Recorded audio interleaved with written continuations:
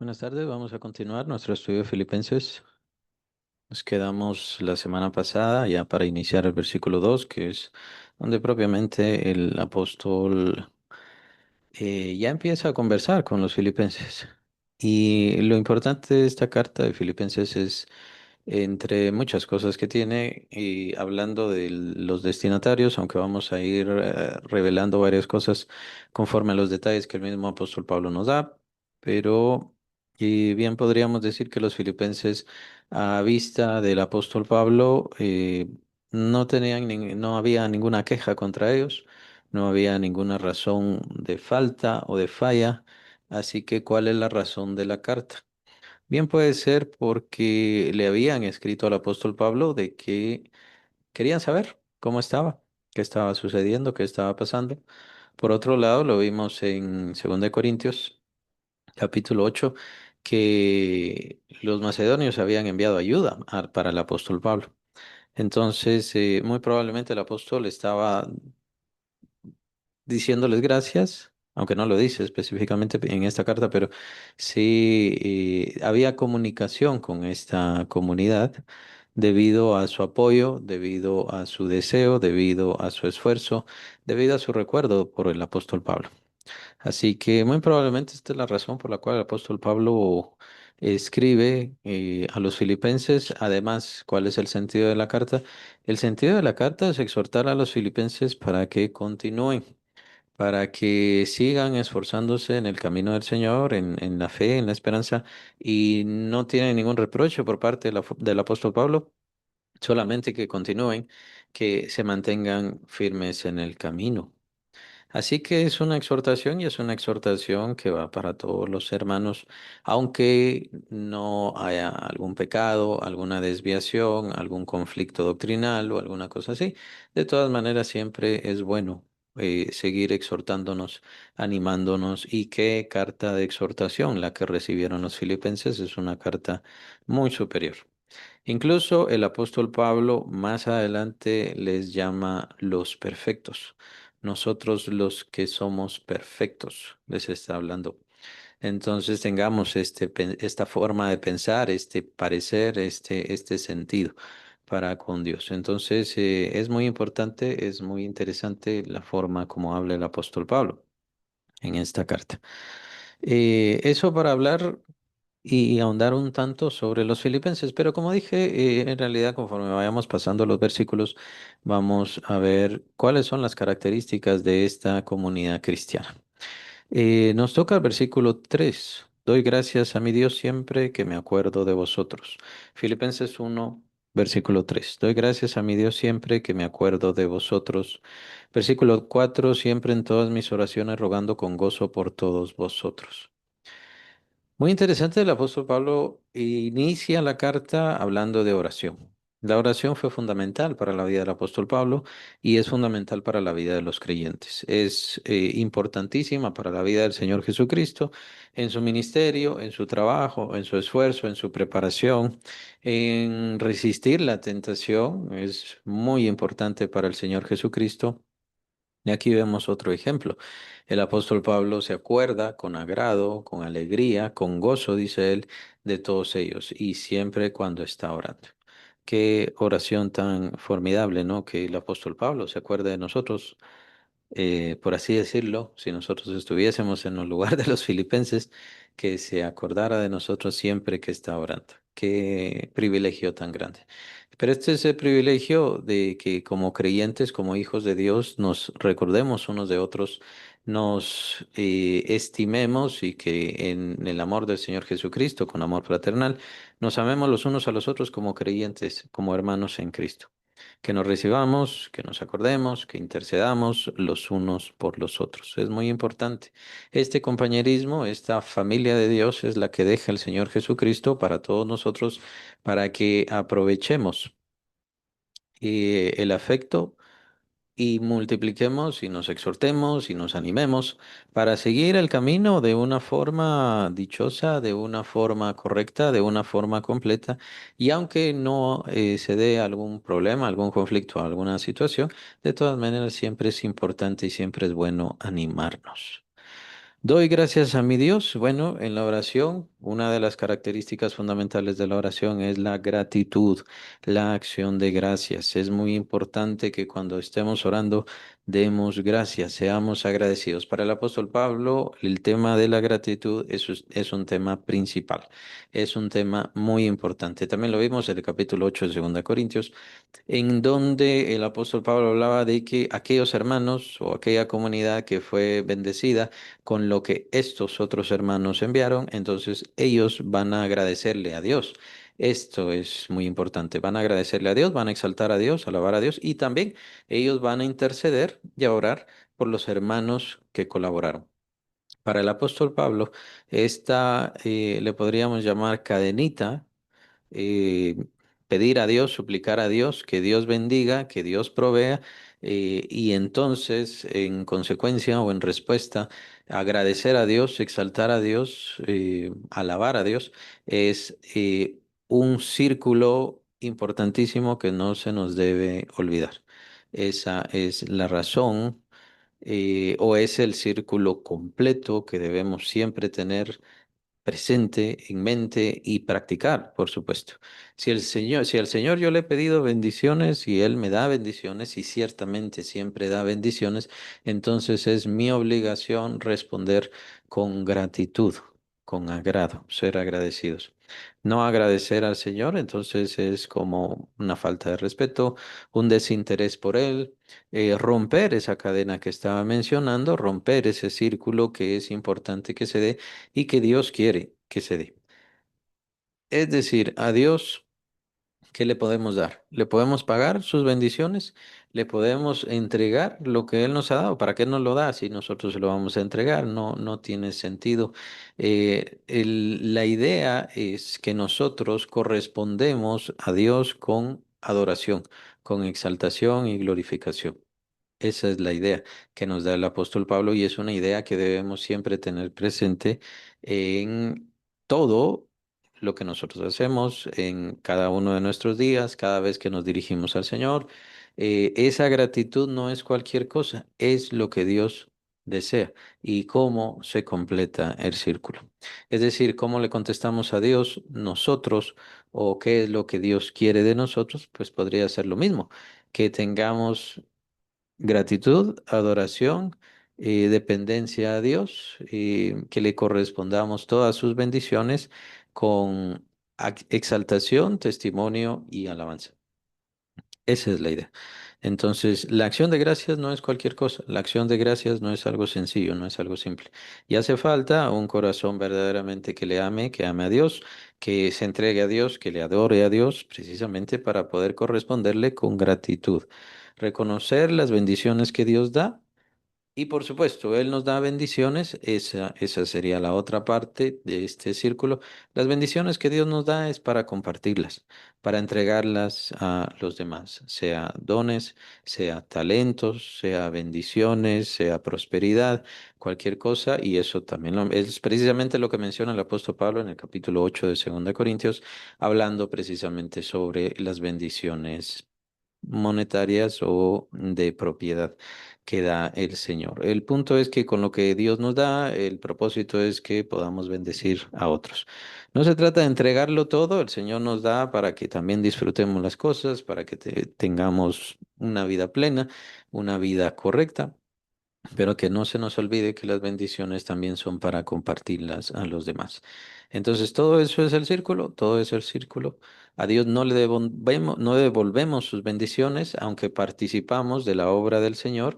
Y precisamente el apóstol Pablo va a hablar aquí sobre los filipenses, cómo los filipenses han participado en apoyo, en oración, en intercesión y también han participado monetariamente en toda la actividad, toda la obra y el trabajo del apóstol Pablo. Es muy importante ver esta comunidad, cómo se entregaron en servicio al Señor, cómo buscaron al Señor. El apóstol Pablo entonces empieza así, empieza orando o hablando de sus oraciones a los filipenses y diciendo, siempre me acuerdo de ustedes, pero siempre me acuerdo de ustedes con gozo, con agrado. Le doy gracias al Señor. Le doy gracias al Señor, ¿por qué?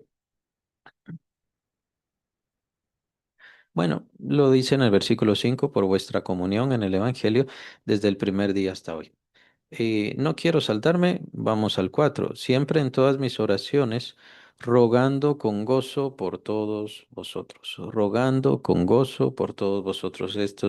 Este adjetivo, ¿no? Con gozo es muy importante y muy valioso.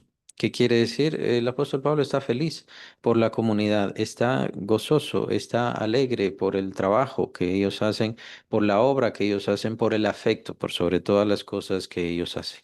Dios, y sobre todo lo que Dios está haciendo en la vida de ellos. Recordemos que el crecimiento lo da Dios. Lo dice el apóstol Pablo a los Corintios, yo sembré, Apolo regó, pero el crecimiento lo da Dios. Todos somos colaboradores de Dios, no me deben nada a mí, no le deben nada a Apolos, no le deben nada a Cefas.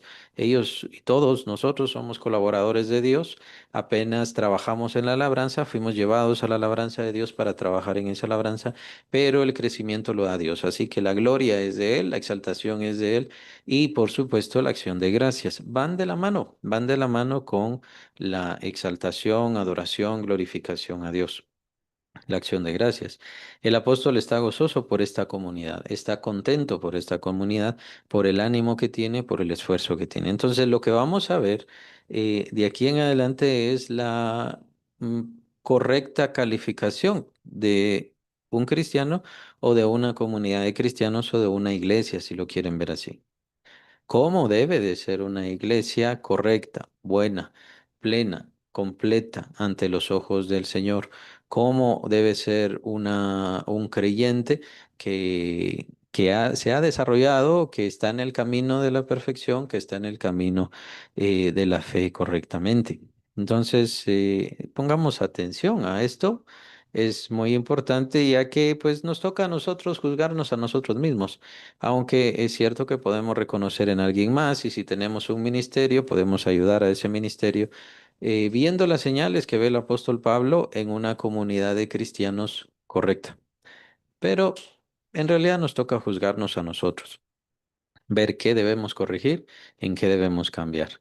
El apóstol entonces está gozoso por esta comunidad y entonces ahora sí, entramos al versículo 5 por vuestra comunión en el Evangelio desde el primer día hasta ahora.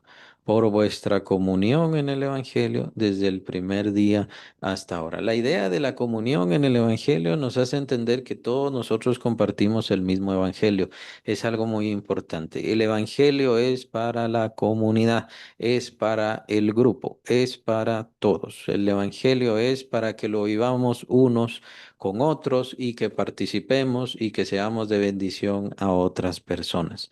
Que no lo mantengamos en nosotros nada más o para nosotros. Es un regalo eterno, es un regalo glorioso, es un regalo y por lo tanto regalo es gratuito completamente para cualquier persona.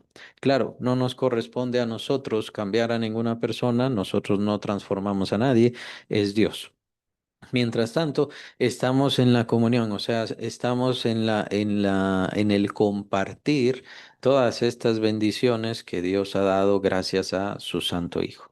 Estamos compartiendo toda esta bendición, toda esta dicha, toda esta gracia que Dios ha traído gracias a su divino Hijo Jesucristo y todos nosotros somos beneficiados. El Evangelio es precisamente como en la Santa Cena, ¿no? Ese pan que se comparte libremente a todos los creyentes, a todos los que han tomado y han hecho su decisión por Cristo, entonces reciben gratuitamente, libremente, gozosamente esa comunión, eso que está en común entre todos nosotros y es el Evangelio. La eternidad, el Espíritu Santo, la fe, la paternidad del Padre Celestial, todos somos amados como hijos preciosos del Padre Celestial y recibimos el mismo amor y por supuesto recibimos la misma santificación, purificación y glorificación gracias a nuestro Señor Jesucristo. Ahora, esto es desde el principio, muy importante, desde el primer día hasta ahora. Obviamente el apóstol Pablo está hablando hasta ahora, no habla sobre la muerte, pero sí más adelante hablará en cierta manera, pero es muy importante este perseverar, este seguir. hasta el final, que es lo que menciona el escritor de Hebreos en su capítulo 4. Somos participantes de Cristo o participamos de Cristo con tal de que retengamos firme hasta el fin nuestra confianza del principio, o sea, nuestra fe, que mantengamos firme la confianza, que mantengamos firme la fe. Si mantenemos firme la fe, entonces vamos a participar de Cristo y por lo tanto de todas las cosas en las cuales estamos esperando. El Espíritu Santo, recuerda en el primer capítulo de Efesios, es las arras de nuestra herencia, es decir, es el anticipo de nuestra herencia o la garantía de nuestra herencia. Las dos cosas es importante y las dos cosas se pueden aplicar. Él es la garantía de nuestra herencia. Si tenemos al Espíritu Santo, ya tenemos garantizado todo lo demás.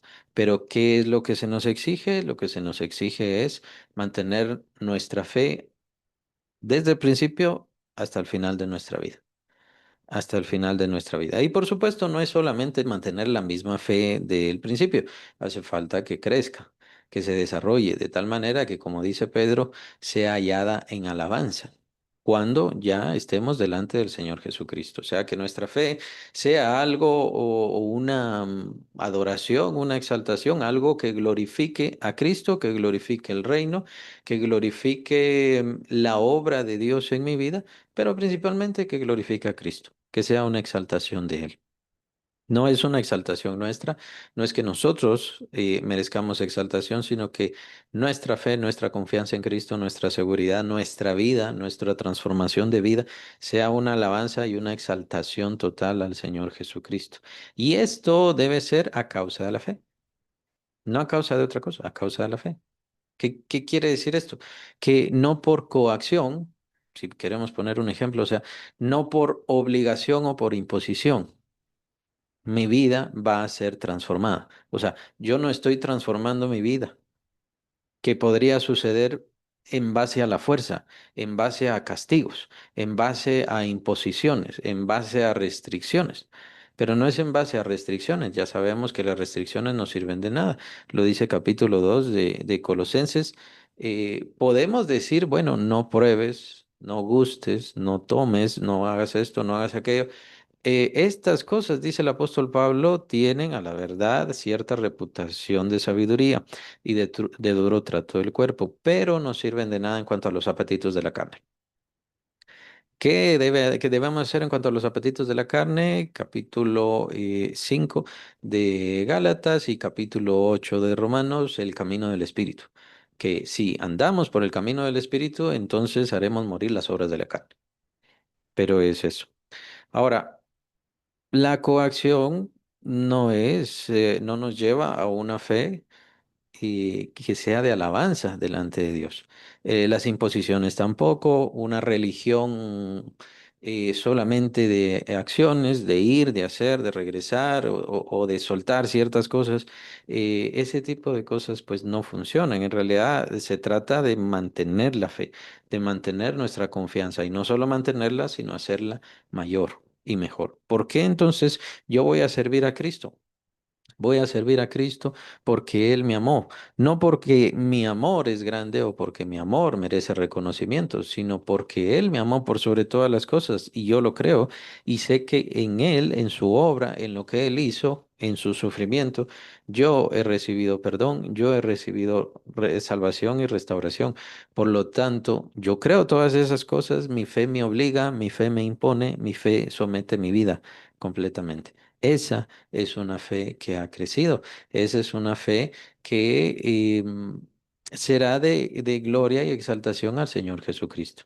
Y no digamos con respecto a los mártires. ¿Por qué murieron los mártires? Los mártires murieron por su fe. No murieron los mártires por ir en contra de la sociedad, aunque iban en contra de la sociedad. No murieron los mártires porque estaban en desacuerdo de los emperadores, aunque sí, por el evangelio mismo que estaban predicando. No estaban de acuerdo, pues los emperadores pensaban que eran dioses. Pero no es por eso que murieron, sino por su seguridad en Cristo. Por su seguridad en Cristo, de tal manera que ellos decían, bueno, sí, me vas a quitar la vida, pero esto va a ser un momento. Yo voy a entrar a mi verdadera vida. ¿No? O Policarpo, por ejemplo, el discípulo del apóstol Juan, cuando lo amenazaron del fuego y que por supuesto al final lo terminaron quemando, cuando lo amenazaron con el fuego, él dijo, este fuego arde solamente por un tiempo. Este fuego con el que me estás amenazando, a quien le estaba amenazando, ¿no? De la muerte, y que se retractara de Cristo Jesús, este fuego arde por un tiempo. No, yo le tengo más temor al fuego que nunca se apaga. ¿Por qué? Por la fe. Es cuestión de fe. Entonces, la fe debe de hacerse cada vez más fuerte, la fe debe de hacerse cada vez más sólida y el creyente que va creciendo va haciéndose más fuerte en su fe. Entonces, desde el primer día hasta ahora, por eso es tan importante el tiempo. Una fe genuina o una fe que Dios quiere es una fe inquebrantable. No la deshace la muerte, no la acaba la muerte. Es una fe que sobrepasa el tiempo, el universo, la situación, lo que se ve, las cosas físicas. Es una fe ciertamente fuera de este mundo y de esta dimensión. Es algo, ya sabemos bien, es algo que da Dios por medio de su palabra. Allí está la fe. Cuando Dios da su palabra, allí está la fe. Entonces, ¿qué pasa? La prueba del tiempo es muy importante para la fe. ¿Por qué? Porque cuando el tiempo pasa y la fe se enfría, entonces dejó de ser fe, por así decirlo. O la fe no se enfría, sino que la fe casi que se anula o se vuelve otra cosa, se empieza a confiar en otras cosas, como pasó precisamente con los Gálatas. Y el apóstol Pablo incluso les dice, bueno, Gálatas insensatos, otra vez tendré que sufrir dolores de parto por ustedes hasta que se forme Cristo. Entonces, básicamente les está diciendo, está bien, recibieron la fe, pero como que la soltaron, la arruinaron o no era verdadera fe. Pero otra vez ahí hace falta que se les vuelva a predicar el evangelio y que se les advierta y que tengan mucho cuidado. La prueba del tiempo, los Gálatas recibieron la fe y recibieron la fe con agrado, con gratitud. Los corintios también recibieron la fe. Pero ¿qué pasa? Y el apóstol Pablo lo vimos en esas cartas. ¿Qué pasa? Ellos recibieron a otros que traían otra forma de evangelio. El apóstol Pablo dice, no es que hayan otros evangelios, pero ustedes recibieron otro evangelio.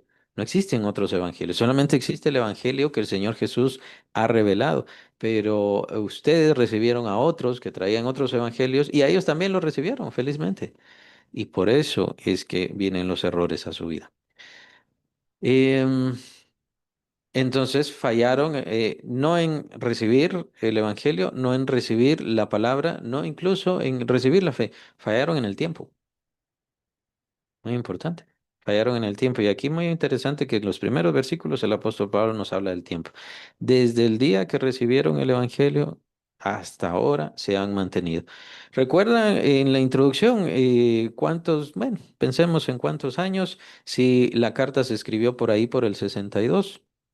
¿Y cuándo fue a predicar el apóstol Pablo a los filipenses? Estamos hablando de su segundo viaje, probablemente eran hace 20 años, o sea, de la carta para cuando se convirtieron, pensemos en unos 15 años. Entonces llevan bastantes años los filipenses ya como comunidad, como comunidad que apenas está iniciando, ¿no? Recuerden, los años de un niño o de una niña los primeros años son importantísimos de crecimiento, de desarrollo, de aprender a hablar, de aprender todo lo familiar, ¿no? Etcétera. Es muy importante. Entonces, estos primeros años que ve el apóstol Pablo en la comunidad son muy importantes y dice, ustedes se han mantenido firmes. Eso es bueno. Los Gálatas no. Los Corintios les ha costado. De los romanos, cuando él les escribe, ya vimos la carta a los romanos, pero cuando él les escribe a los romanos, pues no había estado en esa comunidad. Se supone que cuando está escribiendo Filipenses, sí está en Roma, o al menos se piensa. Pues él estuvo bastante tiempo en Cesarea de Filipo, esto es allá en Judea. También estuvo ahí arrestado su buen tiempo, entonces todavía no se sabe en qué lugar fue que escribió, pero se acepta comúnmente que fue en Roma. Entonces, pero aquí no nos está hablando de la comunidad romana en ese momento. Aquí nos está hablando de los filipenses, cómo se han mantenido. Lo vimos en Corintios, en la segunda carta de Corintios capítulo 8, cómo habla y los alaba. Ese ánimo, esa entrega que ellos tenían para la obra, para el ministerio, es muy importante.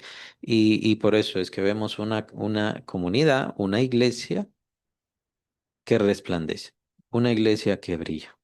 Entonces, así debemos tomar esta carta como una iglesia ejemplar y es un ejemplo para todos nosotros cómo debemos ser. Y el primero es el tiempo, que nuestra fe no sea de a momento, que nuestra fe no se acabe, que no recibamos la fe en una enseñanza, en una predicación y a la media hora o a la hora ya se me olvidó. ¿Qué fue lo que quiere decir? ¿Cuál es la enseñanza?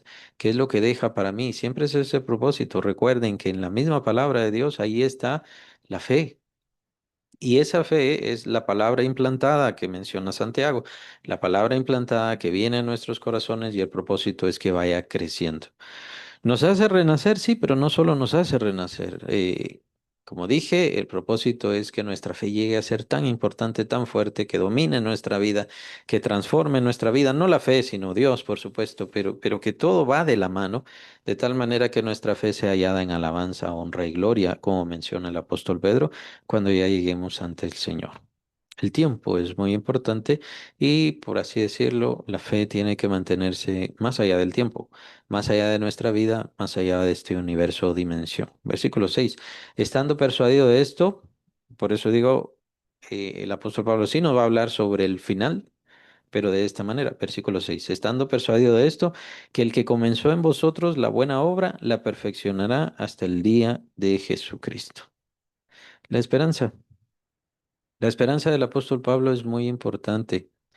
La esperanza es muy valiosa.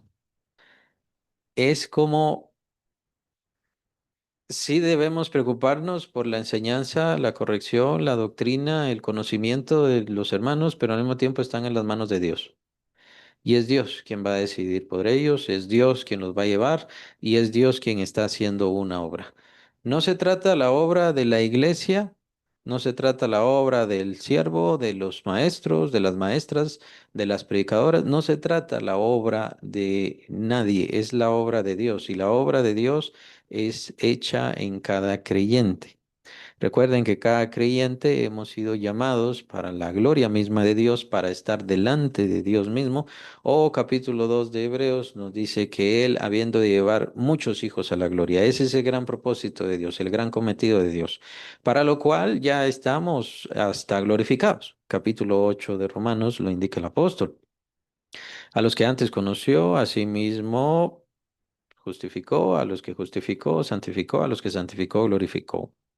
Ya están glorificados, ya es un propósito de Dios, ya es una misión de Dios. Entonces el apóstol Pablo ve todo esto como la predestinación. La predestinación es que los creyentes estamos destinados para llegar a la misma gloria de Dios como hijos de Dios, amados por Él. Por lo tanto, aunque hay que trabajar, hay que esforzarse, hay que dar la doctrina, hay que dar la enseñanza, al mismo tiempo la obra le pertenece a Dios y nosotros solamente somos colaboradores de Dios por un momento en la vida de los hermanos, en la vida de los creyentes. ¿Qué van a hacer ellos con respecto a su vida? ¿Qué tanto estarán en la iglesia? ¿Qué tanto se quedarán a formarse? Y pues no nos corresponde a nosotros, pero mientras estén, ahí está la obra de la iglesia y después ya les corresponde a ellos en el lugar a donde vayan. Pero sobre todas las cosas, el trabajo y la obra es de Dios. Dios es quien está haciendo la obra en cada creyente. Dios es quien está formando a cada creyente. Pero esta no es una esperanza. em, Llamémosle absoluta para todos, recordemos, el apóstol está hablando de los filipenses. Entonces, ¿qué quiere decir o qué quiero decir? Lo que quiero decir es que está hablando de una iglesia ejemplar. Entonces, de una iglesia que ya vimos que ha mantenido su fe al paso del tiempo. De ahí en adelante nos seguirá dando detalles y características de esta iglesia. Entonces, dejemos ya de usar un tanto las promesas de Dios como un mantra aplicable a todos nosotros. ¿Por qué? Porque las promesas de Dios tienen condiciones.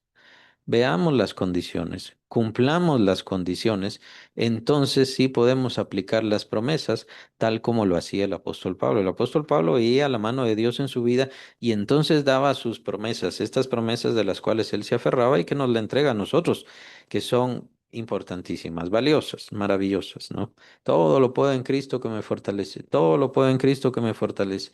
Y los cristianos les encanta utilizar eso. Y obviamente no es que esté mal, pero no vemos las condiciones. El apóstol Pablo no está hablando de que él podía hacer todas las cosas. El apóstol Pablo dice que él podía soportar todas las cosas, porque está hablando de escasez, está hablando de problemas. Está hablando de que si en dado caso él no tenía todos los recursos necesarios, todo lo puedo en Cristo que me fortalece. Entonces no está hablando de riqueza, no está hablando de potencia, no está hablando de que él con su palabra iba a crear todas las cosas. Se nos olvida las condiciones y por eso nos sorprende cuando no se aplican las promesas. En este caso es una promesa maravillosa, es que el plan de Dios es perfecto, glorioso, dichoso, excelso, sublime, lleno de galardones, lleno de honor, lleno de honra, se va a aplicar en los filipenses. Sí, pero ¿qué tipo de iglesia eran los filipenses? Entonces, es las características a las cuales les tenemos que poner atención. Si yo entonces permanezco y persevero, así como los filipenses, entonces sí, por supuesto, la promesa se va a aplicar, pero no es que todos los que dicen y todos los que recibieron a Cristo se va a aplicar en el sentido de que ellos no perseveren en la obra del Señor como lo hacían los filipenses. Si el creyente no persevera en la obra de Cristo, ¿será creyente? Si el creyente no es transformado, si el creyente no deja que su vida sea transformada, que deje las cosas de este mundo en cuanto a las malas, mínimo, ¿no? Mínimo las malas. Entonces, se aplica lo que vimos capítulo 13, lo acabamos de ver, capítulo 13 de 2 Corintios. ¿De verdad estarán en la fe? ¿Qué es lo que está pasando? Oh, se están desviando por otras doctrinas, se están desviando por otras doctrinas. Entonces se aplica lo de Gálatas, Gálatas insensatos. Empezaron muy bien, empezaron con gozo, pero ¿qué hicieron? Así como recibieron el Evangelio, recibieron otro montón de cosas, otro montón de ideas, otras cosas falsas, evangelios místicos, evangelios mentirosos, evangelios de sacrificios de carne, de hacer obras. No, no es de hacer obras, es de fe. Las obras intervienen en la fe. En mucho de la fe o en otras actividades de fe, sí, por supuesto. Obviamente la de salvación no, pues obviamente no existe ninguna obra para que seamos salvos, ni el Señor nos manda a hacer ninguna obra más que invocarle, pero eso no es una obra, es invocar, invocar a Dios. Si invocamos al Señor Jesucristo y declaramos que Él es nuestro Señor, somos salvos y creemos en nuestro corazón firmemente que Dios le levantó de los muertos, por supuesto, recibimos la salvación, ahí no hay obra. Pero si Dios me dice, ve a predicar, como le dijo a Pablo, perdón, tengo que ir a predicar. Y eso es fe, no obras, es fe. Que la fe manda, obliga, me impone, me somete, sí, pero es porque he ido creciendo. Mi fe ha hecho que mi amor crezca, que mis pensamientos, mi conocimiento crezca, que mi fe en sí va creciendo más y más. Y eso también lo vimos, lo acabamos de ver en la segunda carta de Corintios. Muy importante, muy importante. Entonces, una comunidad muy alabada por el apóstol Pablo, muy querida por el apóstol Pablo, y lo vamos a ver. Y una comunidad que se integra en la obra de Dios, solamente adelanto eso, es una comunidad, una iglesia que se integra en la obra de Dios. Entonces el apóstol Pablo está seguro, está confiado. Y esto es muy importante, ¿por qué? Porque el apóstol Pablo no estaba ahí con los filipenses. No hace falta que el pastor esté ahí. Lo que hace falta es que las ovejas estén perseverando constantemente, que estén perseverando, que guarden lo que tienen y que estén recibiendo algo correcto y bueno por parte del Señor. Que no estén recibiendo, me refiero, o a eso me refiero específicamente, que no estén recibiendo falsedades de otros lados, porque las falsedades siempre tratarán de alejarlos, de despistarles, de cambiar su forma de pensar, de su forma de ser. Entonces, hay que tener cuidado con eso. Si no, terminarán como los Gálatas, si no, terminarán como algunos corintios. ¿Queremos terminar como los filipenses? Así, con esa seguridad, con ese agrado. Que cuando ore nuestro pastor, o cuando oren nuestros maestros, cuando oren los que nos han evangelizado, lo hagan con gozo. Qué dicha me da el hermano, qué dicha me da la hermana. Vean, así es como empieza orando, siempre en todas mis oraciones rogando con gozo por todos vosotros. ¿Será que así orará la persona que me dio el Evangelio por mí? O tal vez no con gozo, tal vez sí ruega, pero ha de rogar, Señor, ayúdale, Señor, que entienda, Señor, que aprenda. Claro, ese es el principio de la oración. Pero ya después de qué, después de 10 años como cristiano, que todavía sigan orando por nosotros para que nos compongamos, para que alcancemos misericordia, como muchos les toca hacer. Porque se sienten cristianos, pero en realidad no son cristianos. Están apartados del Señor. ¿Quién sabe cómo está su fe? Y todavía hay que estar rogando por ellos. Señor, ten piedad. Señor, ten misericordia. El apóstol no rogaba de esa manera por los filipenses. El apóstol rogaba con seguridad, con agrado. Esa es una comunidad que se ha esforzado. Es una comunidad que ha tenido ánimo. Póngase a pensar, ¿cómo orarán por mí? Todos tenemos que orar por todos. Todos tenemos que interceder por todos. Pero ¿cómo orarán por mí? Esas personas que me entregaron el Evangelio, ¿cómo estarían orando? ¿Será que necesito crecimiento? ¿Será que estarían esas personas orando para que yo crezca? Esto es lo importante y la evidencia que nos da esta carta tan preciosa, tan importante, tan valiosa, ¿no? El que les entregó el Evangelio está gozoso. Al cabo de unos años está feliz. Siempre orando por ellos. ¿Por qué? Porque están creciendo. Se han mantenido firmes, están creciendo, se están desarrollando y está totalmente seguro que Dios completará su obra perfecta en ellos. Él no necesita estar ahí, Él solamente sigue intercediendo. Él no necesita tener cuidados, estarlos arriando, estarlos protegiendo. Dios los está protegiendo, Dios los está cuidando. ¿Está seguro por qué? Porque se da cuenta de la obra de Dios en sus vidas. Y eso es lo que es el crecimiento cristiano. El crecimiento cristiano es la obra de Dios en nuestras vidas, como nosotros vamos creciendo y lo vimos, creciendo en amor, creciendo en conocimiento, creciendo en fe, creciendo en generosidad, creciendo en todo, creciendo en misericordia. ¿Cuáles son mis dones? Todavía estamos con la disyuntiva. Bueno, ¿cuáles son mis dones? ¿Cuáles son mis capacidades? ¿Cuál es mi ministerio?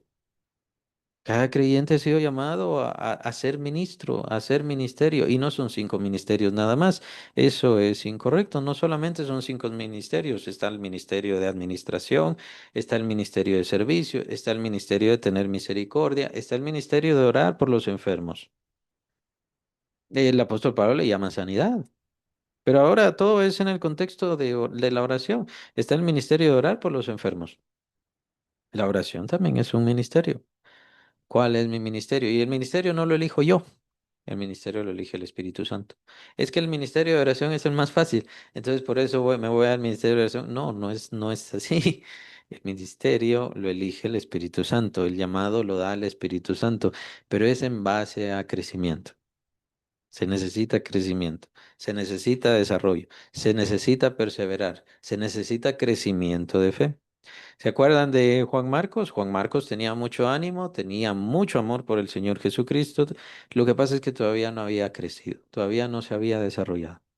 Y con el encontronazo del ministerio tan fuerte del apóstol Pablo, pues ciertamente él tuvo miedo, tuvo temor y entonces mejor se apartó. Y ya sabemos la historia sobre esto, ¿no? No es que sea malo, sino que necesitaba crecimiento, necesitaba desarrollo. No es que el apóstol Pablo no se lo haya dado, sino que, y esta sí es característica del apóstol Pablo, el apóstol Pablo era trabajar, trabajar, trabajar, trabajar. Hay que hacerlo. Desde que él se convirtió, desde que él recibió a Cristo, se bautizó, se recuerdan y recibió la vista otra vez, él empezó a predicar. Él no se quedó quieto. Hasta que por supuesto sufrió, perdón, el martirio. Eh, en la tradición entendemos de que el apóstol Pablo estaba preso en Roma, que es donde termina el libro de Hechos, lo dejan libre y él sigue predicando. Vuelve a predicar. Entonces es cuando lo arrestan de nuevo, las persecuciones se están haciendo cada vez más terribles y por supuesto estaba Nerón, el gran perseguidor. Y es en ese segundo arresto, en donde se da el martirio del apóstol Pablo. El apóstol Pablo siguió trabajando hasta el final de su vida, aunque se entiende que había perdido bastante la vista, obviamente estaba bastante anciano, pero el apóstol Pablo siguió predicando. Él sabía, tenía la seguridad porque estaba en esta vida. Y no se movió, no deseó otras cosas, simplemente se quedó, este es mi llamamiento, esto es lo que el Señor quiere de mí y lo voy a seguir haciendo. Y se acabó, eso es todo. Me lleve a donde me lleve y me pase lo que me pase, lo voy a seguir haciendo. Esa es la fe que es encontrada o que al llegar ante Cristo, pues es una fe verdaderamente dichosa, gloriosa, honrosa, que da honra a Cristo Jesús. Por así decirlo, que el Señor esté contento con su sacrificio, el haberse sacrificado por nosotros. Lo hace la fe, lo hace nuestra fe, nuestra perseverancia, nuestra constancia, nuestro seguir adelante. Nuestra fe nos da fortaleza para seguir trabajando y haciendo la obra que el Señor quiere de nosotros. Así que hay que mantener la fe. El gran ataque del diablo es hacia la fe.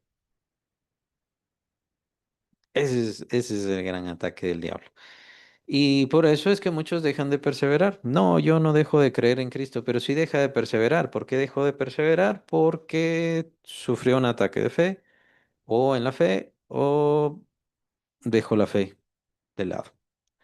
La mayoría de las veces, bueno, por cuestiones de pecado, em, fallas adentro de la iglesia y bueno, diferentes situaciones. Cada quien debe explorarse, cada quien debe entenderse.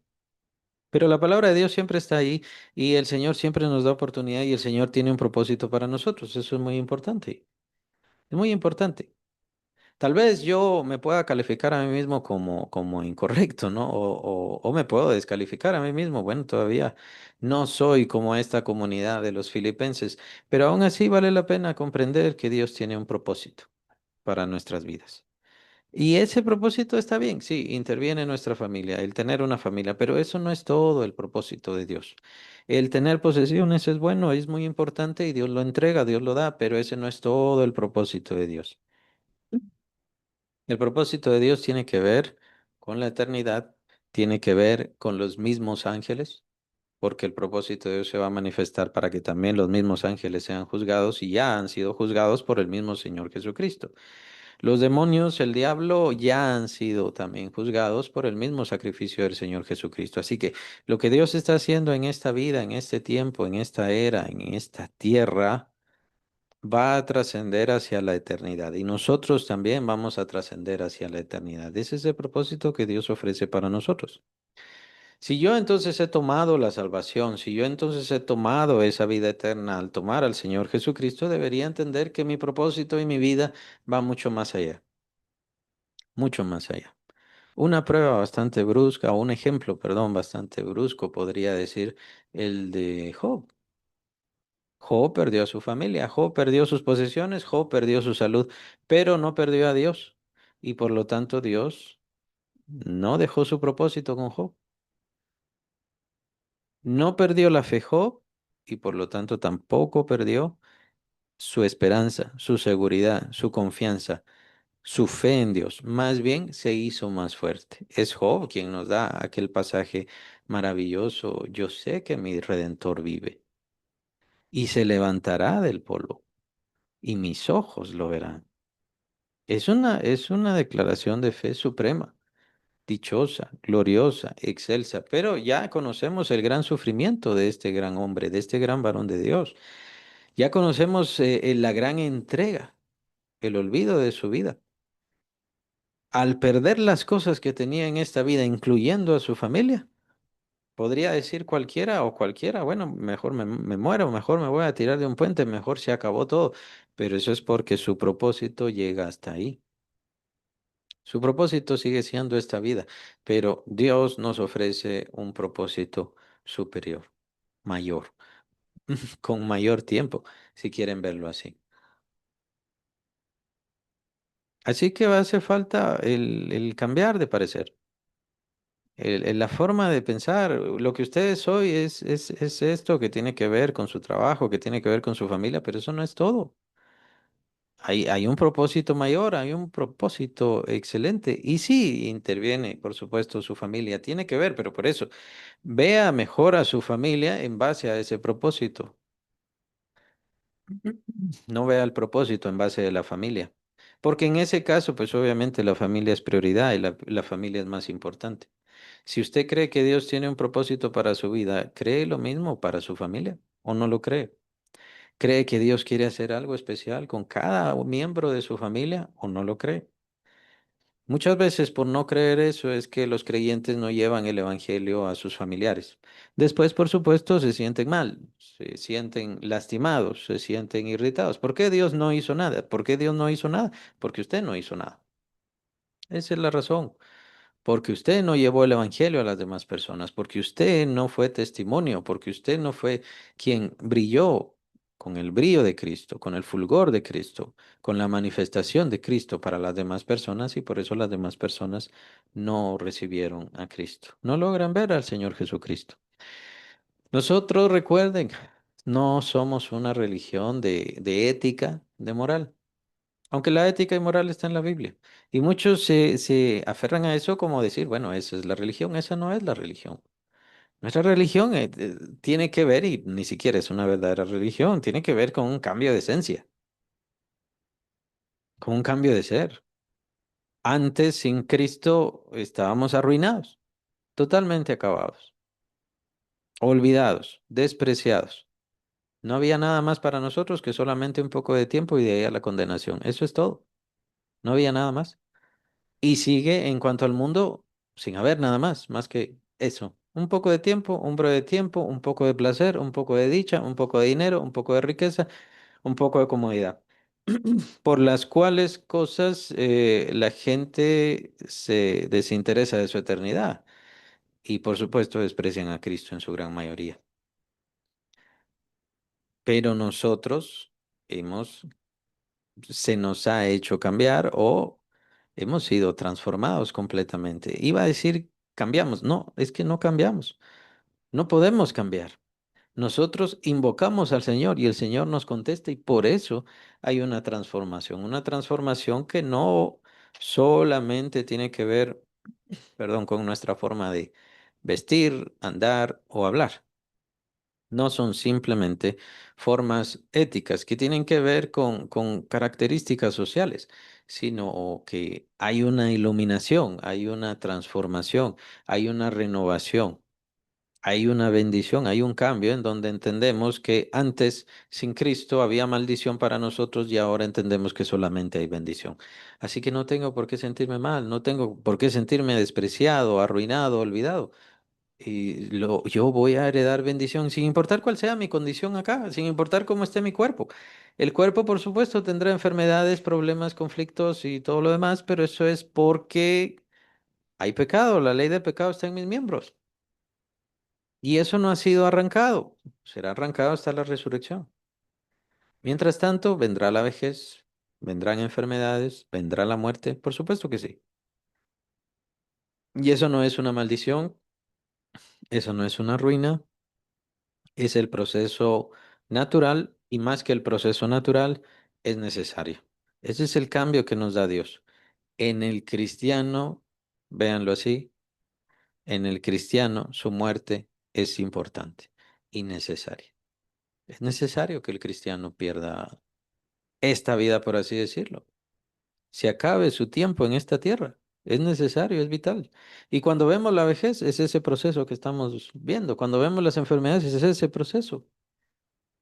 Hay un cambio de mente, un cambio de sentido. ¿Por qué? Porque hay un cambio de propósito todavía mayor. Ahora voy a morir, ahora voy a dejar este cuerpo, ahora voy a dejar esta vida, pero yo voy a dejar nada más el cuerpo. Es muy interesante las expresiones, por eso hay que ponerle atención a todas las expresiones que dan los apóstoles. Recuerden que los apóstoles fueron los grandes reveladores del Evangelio y de la obra de Cristo. Por eso, así como Pablo, ya lo vimos, fueron al cielo.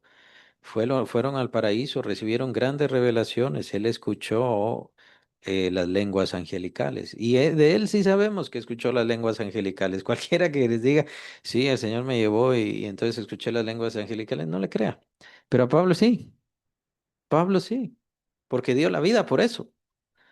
Dio la vida por todo lo que entendió, por todo lo que conoció. Y en esta misma carta vamos a ver que él mismo dice, la muerte es ganancia. La muerte es ganancia. O en el capítulo 15 de Primera Corintios también lo vimos como la muerte es ese sembrar. Nosotros estamos sembrando nuestra semilla.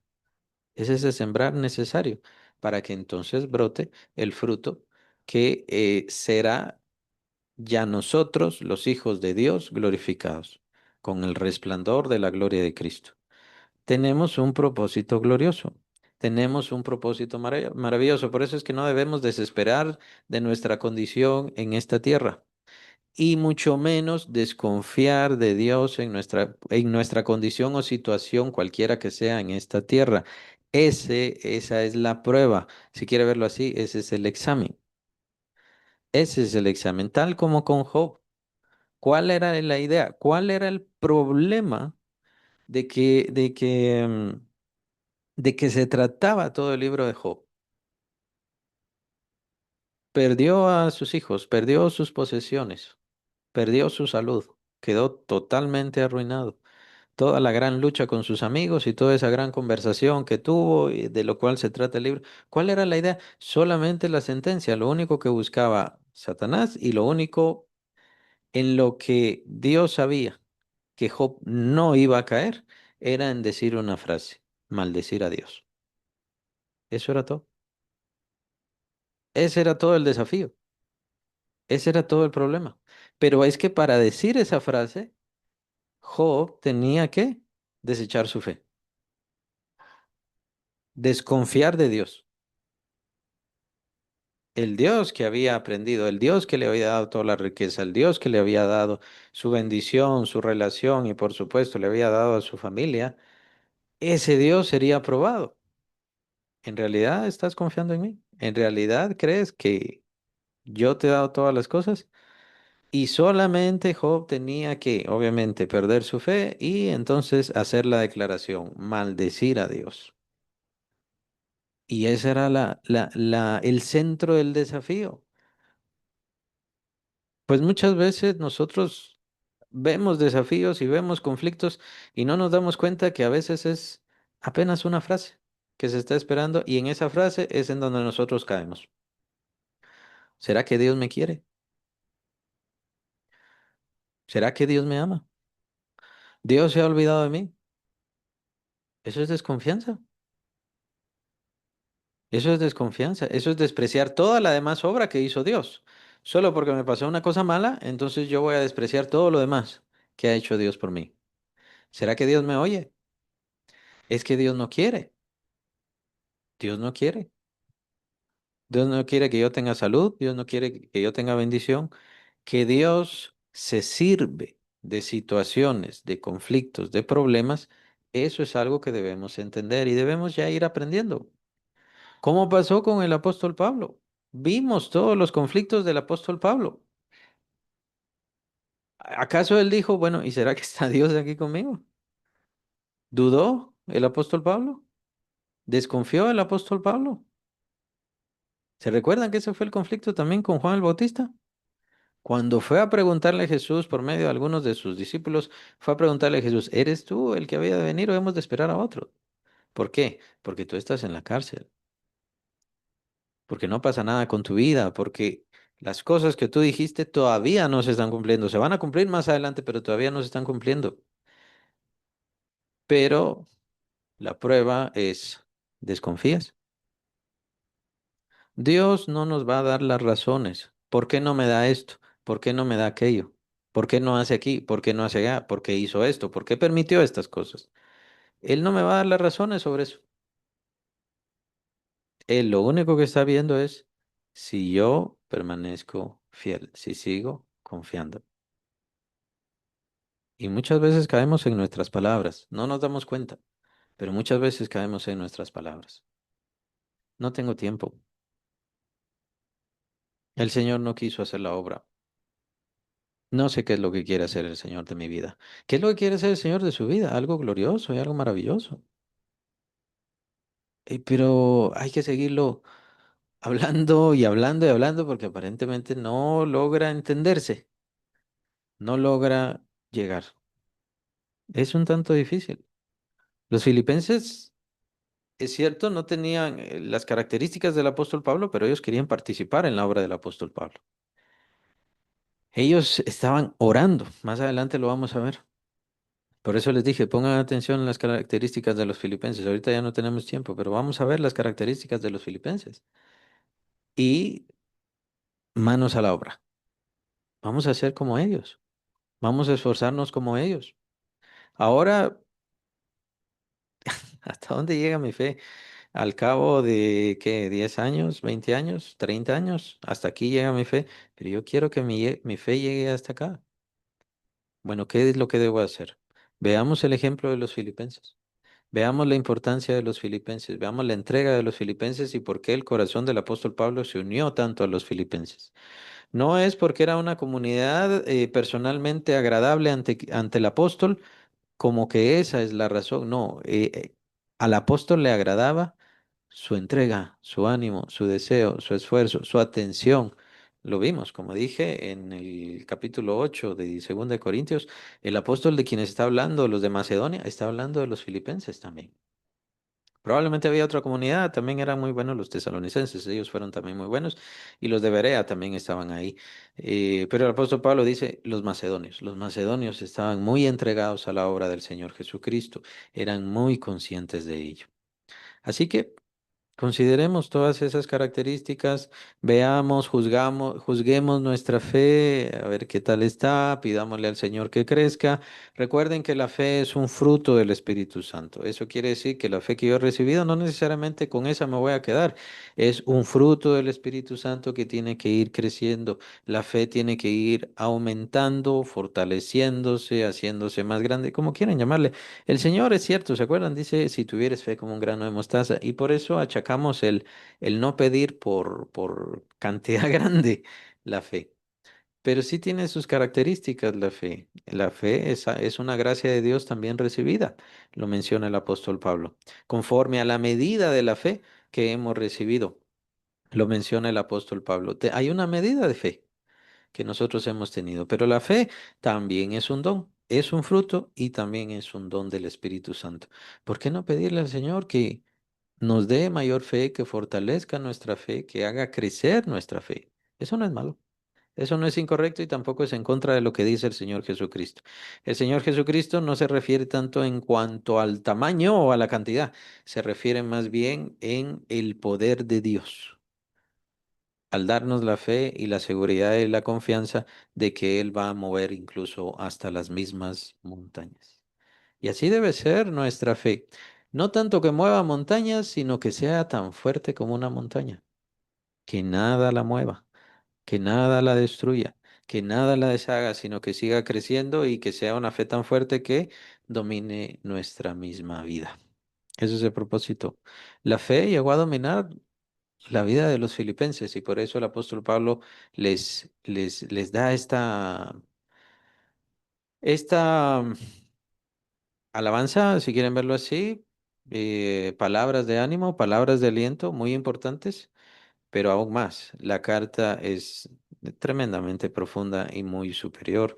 Teológicamente es de las mayores del apóstol Pablo, ciertamente, y por eso es que vamos a ver grandes, grandes joyas en esta carta. Pero como dije, está reflejando una iglesia